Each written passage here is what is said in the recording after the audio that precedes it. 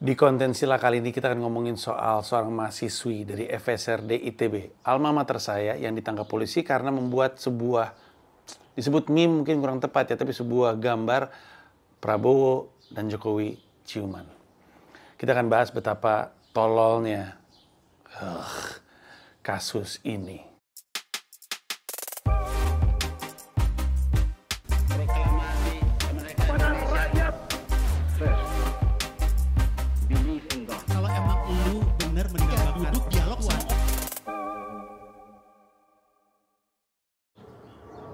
Oke, sebelum kita masuk ke kronologi dan pembahasan terhadap kasusnya, Sila adalah bagian dari konten promosinya Mensrea Stand Up Comedy Tour yang udah berjalan kemarin ke Bandung, Jogja, dan Surabaya. Masih akan jalan ke kota-kota lain, termasuk ke kota Jakarta di tanggal 30 Agustus 2025 di Indonesia Arena. Insya Allah di hadapan 10.000 penonton yang akan membuat pertunjukan tersebut adalah acara stand up comedy terbesar se-Asia Tenggara. Bukan cuma se-Indonesia udah pasti.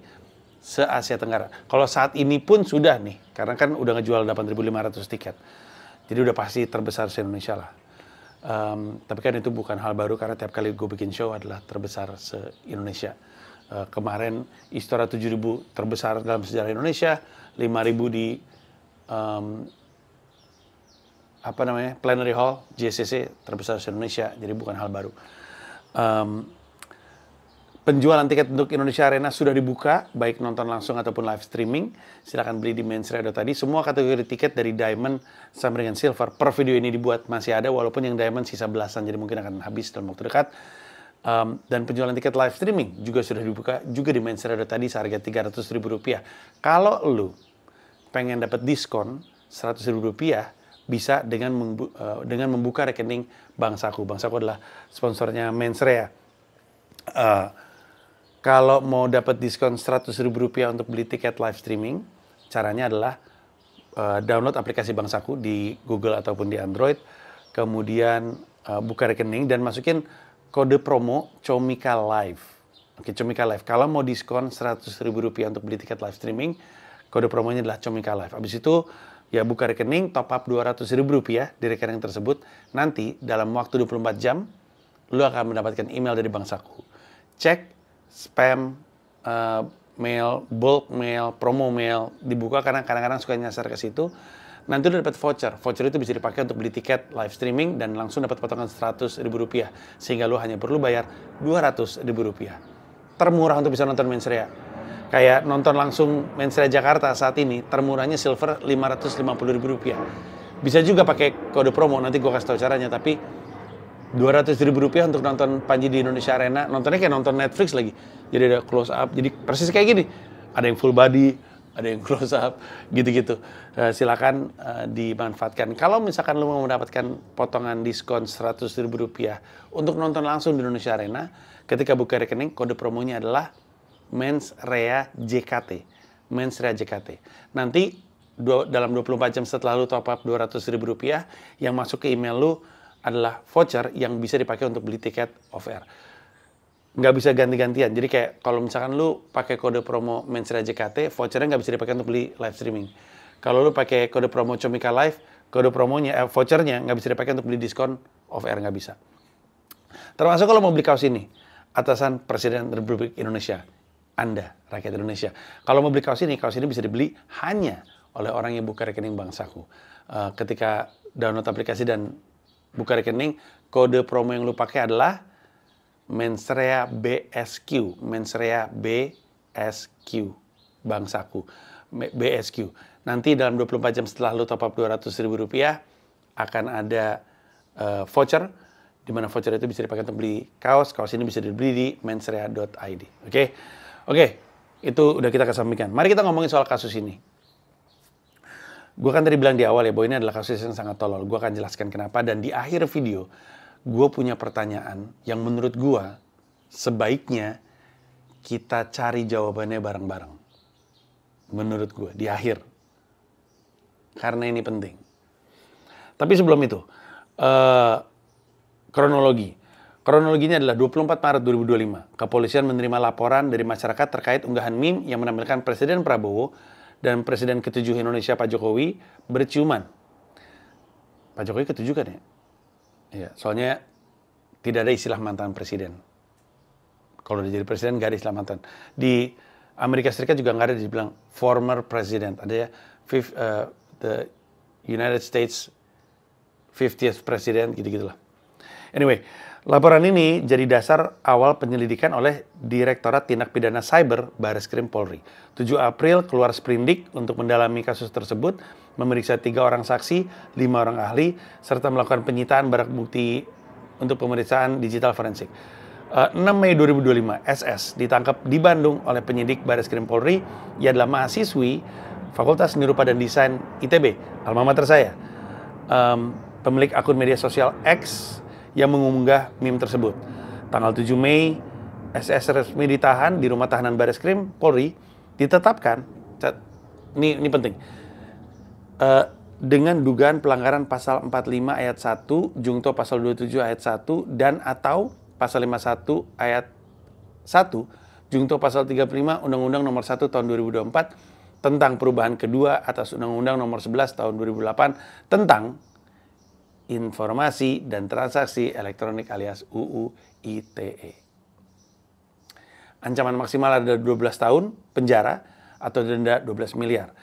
Tanggal 11 Mei, penahanan SSS ditangguhkan oleh kepolisian setelah permohonan dari kuasa hukum, orang tua, dan pihak ITB.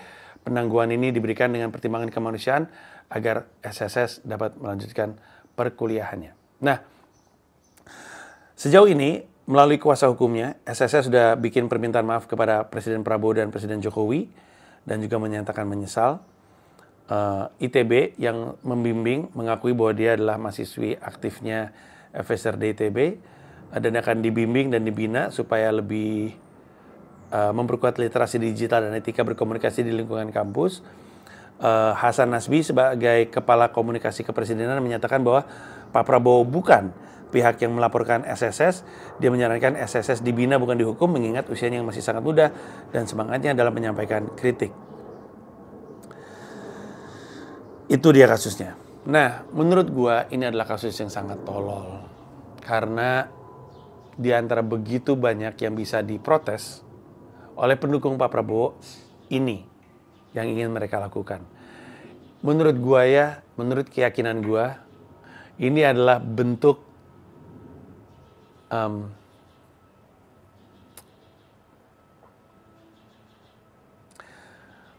frustrasi pendukung Prabowo karena dihajar oleh begitu banyak kritik dan nggak bisa ngebalas. Sejumlah kritik yang masuk ke Pak Prabowo itu tidak bisa dibalas oleh pendukungnya. Ini adalah mainan yang bisa mereka balas, meme ini. Padahal meme ini tuh tidak perlu untuk mendapatkan perilaku seserius ini. Pertama-tama, menurut beberapa laporan yang gue terima, SSS ini ngupload foto Pak Prabowo cuma dengan Pak Jokowi sebagai protes terhadap tidak adanya aturan hukum yang jelas terkait AI. Di saat Wakil Presiden Gibran, Raka Buming Raka, lagi aktif sekali mendukung AI, pada saat yang bersamaan AI itu tidak ada regulasi yang jelas. Karena sebenarnya berseliweran di sosial media ada banyak foto-foto dan video-video orang ciuman dibikin karena AI. Bukan cuma Prabowo dan Jokowi saja. Tapi misalnya lu ada foto sama temen lu. Temen lu ini temen aja, temen baik. Cowok dan cewek. Ada AI yang bisa membuat foto cowok dan cewek ini tiba-tiba ciuman. Ini banyak banget. Dan di sosmed tentunya udah mulai tipis-tipis dimanfaatkan sebagai semacam soft porn. Karena isinya jadi kayak ada dua artis cowok dan cewek ciuman, artis cewek dan cewek ciuman, artis cowok dan cowok ciuman. Ini seliweran di jagat dunia maya. Dan ini meresahkan si mahasiswi ini, SSS ini, menurut laporan yang gue terima, itu mengupload video tersebut atau foto tersebut sebagai bentuk kritik sebenarnya. Mengkritik tidak adanya regulasi. Sampai gue tuh bisa bikin kayak gini. Di mata pendukung Prabowo, itu dilihat hanya Prabowo dan Jokowi ciuman. Nah inilah salah satu bentuk paling sederhana dari small minds discuss people, average mind discuss events, great minds discuss ideas. SSS sedang berdiskusi di ranah ide. Yuk kita diskusi tentang apa yang bisa kita lakukan karena AI udah mulai keterlaluan. Karena wapresnya sendiri lagi ngomongin AI mulu nih. Valid dong ajakan gue untuk berdiskusi. Orang-orang lain pendukungnya Prabowo yang cuman punya kemampuan untuk ngebahas di level orang cuman, itu yang dikasusin. Bayangin, ada orang lagi mencoba untuk berdiskusi di ranah gagasan, dikerdilkan jadi diskusi ranah cowok-cowok ciuman. Betapa kerdil ini. Small minds discuss people, while great minds were discussing ideas. Inilah bentuk keculunan pendukungnya Pak Prabowo dan Pak Jokowi. Karena kalau kita tanya kepada orang yang laporin, nah sekarang gini deh, oke lah yang lu lihat adalah Prabowo dan Jokowi ciuman. Tapi terkait pertanyaannya SSS, jawaban lu apa? Nggak bisa ngejawab dia. Apa gagasan yang lu punya untuk meregulasi AI? Karena gue bisa bikin kayak gini. Apa? Nggak mampu ngejawab mereka.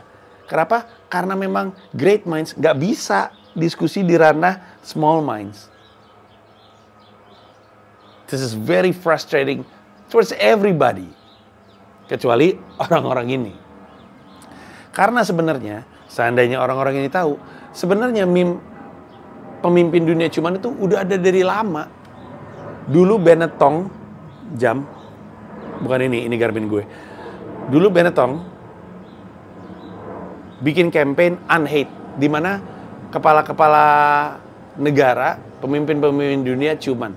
Kontroversi, iya. Rame, iya. Memancing diskusi, iya. Tapi apakah Benetton kemudian dibubarin perusahaannya? Apakah desainernya kemudian dituntut ke pengadilan? Ya tentu tidak dong, karena dia lagi berbicara dalam ranah gagasan, unhate konsep.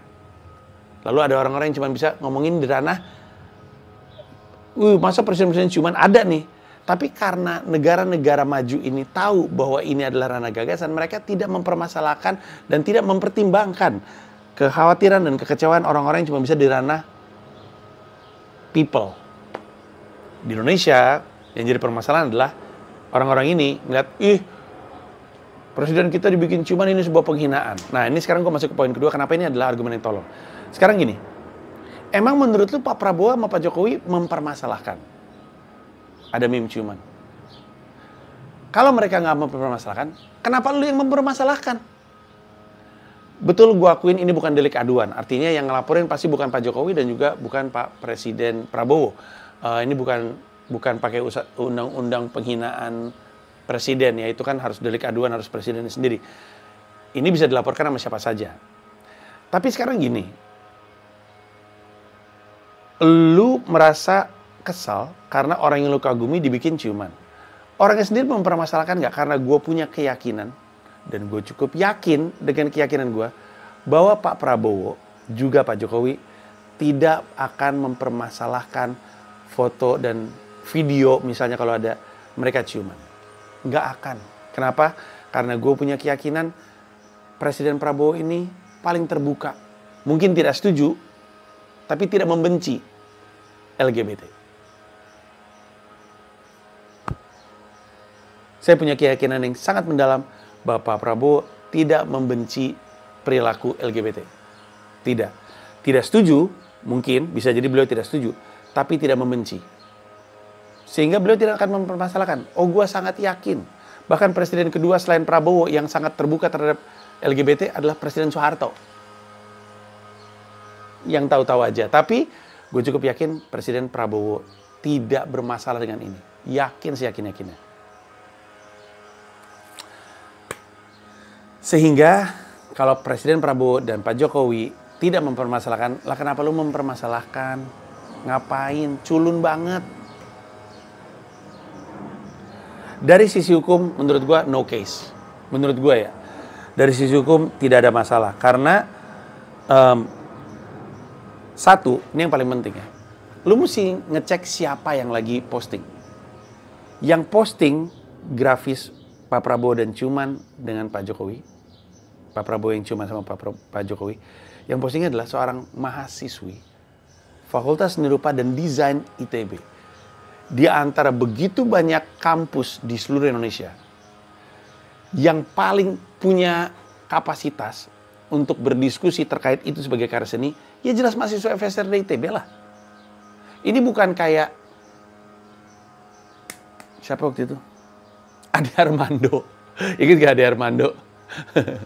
Ade Armando pernah ngupload, dia sendiri yang ngupload ini. Foto Anies tapi dibikin jadi badut. Ya. Bukan mahasiswa seni, bukan dosen seni. Urusan apa gitu mengupload itu ke sosmed. Kalaupun dia mengupload itu ke sosmed, tapi pasti kaitannya bukan sebagai karya seni. Karena latar belakangnya nggak seperti itu. Itu aja nggak ada yang mempermasalahkan. Karena fansnya Anies nggak melaporkan Ade Armando, Aniesnya juga nggak melaporkan Ade Armando, ya lucu-lucuan aja. Nggak tahu kenapa pendukungnya Pak Prabowo atau pendukungnya Pak Jokowi nggak bisa membiarkan itu sebagai lucu-lucuan aja. Nggak tahu kenapa tuh. Gue juga, ya itu lu jawab aja sendiri. Nah, Ade Armando kan nggak bisa dong, oh gue melakukan ini dalam konteks karya seni gitu. Enggak, pasti dia dalam konteks melucu, pasti. Tapi SSS adalah mahasiswa Fakultas Seni Rupa dan Desain yang paling ngerti ekspresi seni ketimbang lu semua, apalagi yang melaporkan, adalah seorang mahasiswi dari SSS ini. Pada saat yang bersamaan, dari pakar hukum pidana UGM, M. Fathahillah Akbar, dia bilang meme itu tidak melanggar kesusilaan. Karena kalau ngomongin soal pasal 45 ayat 1, jungto pasal 27 ayat 1, serta pasal 51 ayat 1, jungto pasal 35 UU ITE, kalau ngomongin melanggar kesusilaan, foto tersebut tidak menampilkan ketelanjangan, tidak menampilkan alat kelamin, dan tidak menampilkan aktivitas seksual eksplisit. Ciuman, kita bisa berdebat.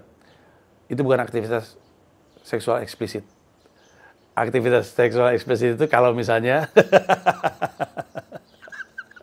langsung kita gambar, nanti gue yang kira kasus.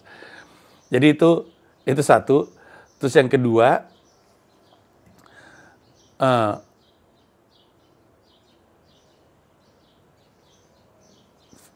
yang paling gue permasalahkan, kenapa ini nggak akan jadi kasus ya, no case at all menurut gue, adalah karena gue punya keyakinan ini nggak akan nyampe ke persidangan.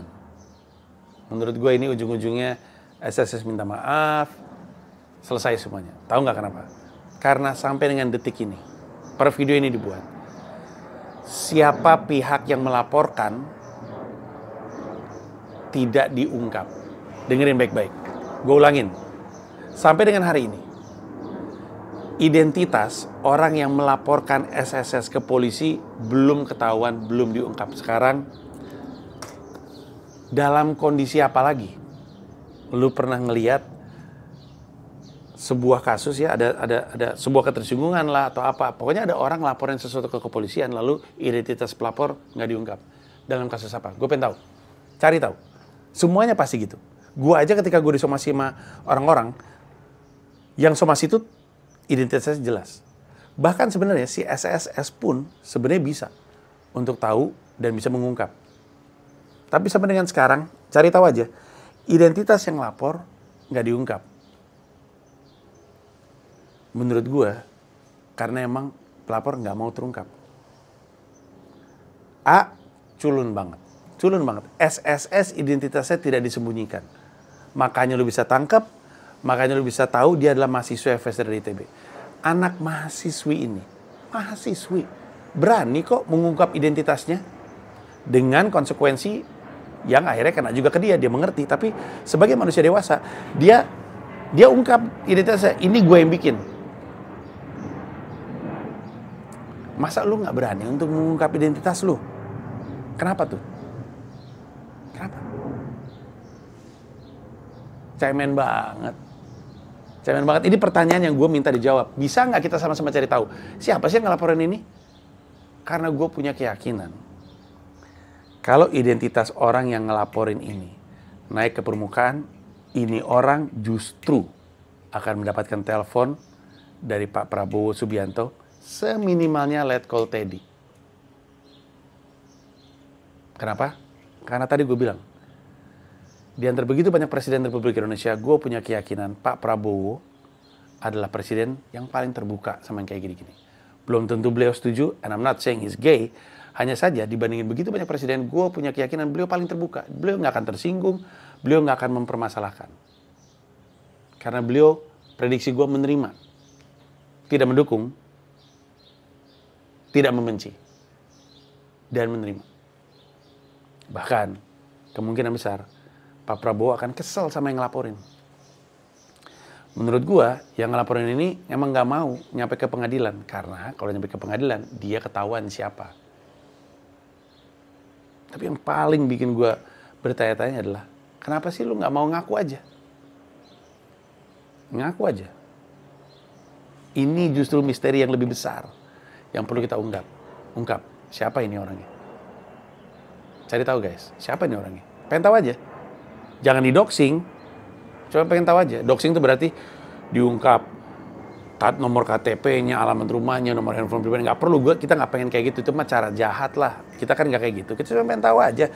Kan ada konsekuensi dari sebuah tindakan. SSS bikin meme ditaruh ke internet, ada konsekuensinya. Ya lu kalau mau ngelaporin SSS ke polisi, ada konsekuensinya juga dong. Adil lah. Siapa nih guys?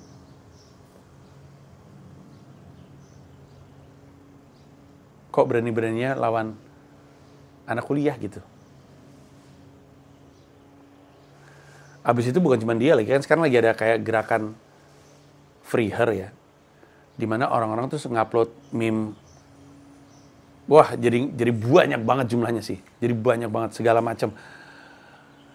Ada foto Pak Prabowo sama Pak Jokowi di tempat tidur, ada foto wah banyak lah segala macam nama-nama politik ciuman, jadi ada banyak. Ngejarnya gimana coba? Ada sih yang akhirnya disuruh minta maaf juga dan udah minta maaf juga ketika ada lagi mencoba untuk membela, tapi udah pasti ini kelakuan antara fansnya Pak Prabowo atau fansnya Pak Jokowi yang nggak bisa diajak diskusi di ranah gagasan. Bisanya cuma mempermasalahkan di ranah orang. SSS lagi ngomongin gimana caranya meregulasi AI karena gue bisa bikin kayak beginian. Fansnya ngelihatnya, anjir, orang yang gue kagumi dibikin ciuman. Bisanya cuma level situ. Small minds discuss people, average minds discuss events, great minds discuss ideas. I'm very sorry, SSS. Unfortunately, you're living with a bunch of people who are only able to talk about people instead of ideas. It's just the way it is. I think you'll be okay. Itu aja pembahasannya. Makasih banyak. Thank you. Bye-bye.